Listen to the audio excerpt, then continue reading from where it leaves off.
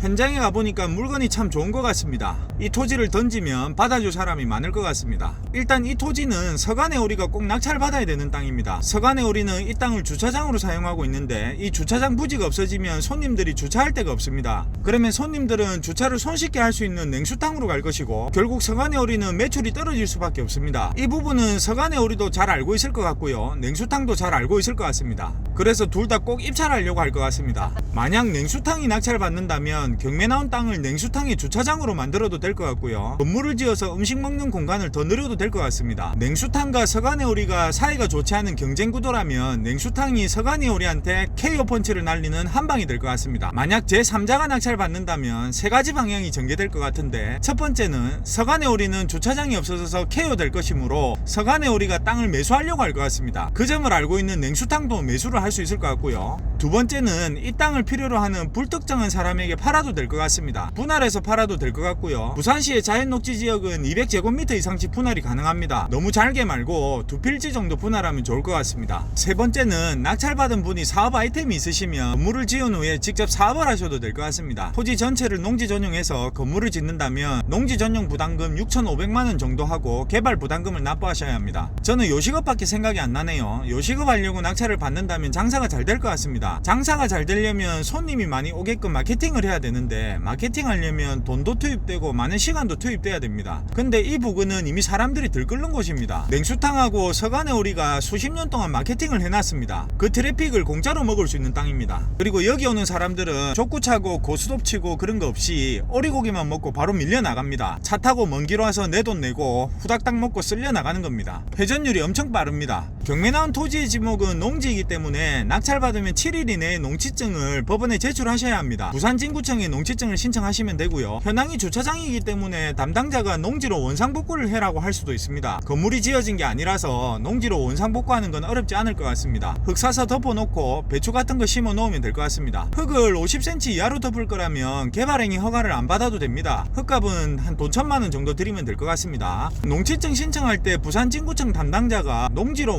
원상복구하라면서 원상복구 각서 적으라고 할 수도 있거든요. 그러면 일단 적으십시오. 일단 적고 나면 3일 후면 농지증 나옵니다. 그거 가지고 법원에 제출하시면 됩니다. 낙찰 받기 전에 반드시 부산진구청에 문의하셔서 농지증 발급이 가능한지 꼭 확답 받으셔야 됩니다. 그리고 낙찰 받고 건물 바로 올리실 거라면 농지 전용 목적으로 농지증을 발급 받으시면 됩니다.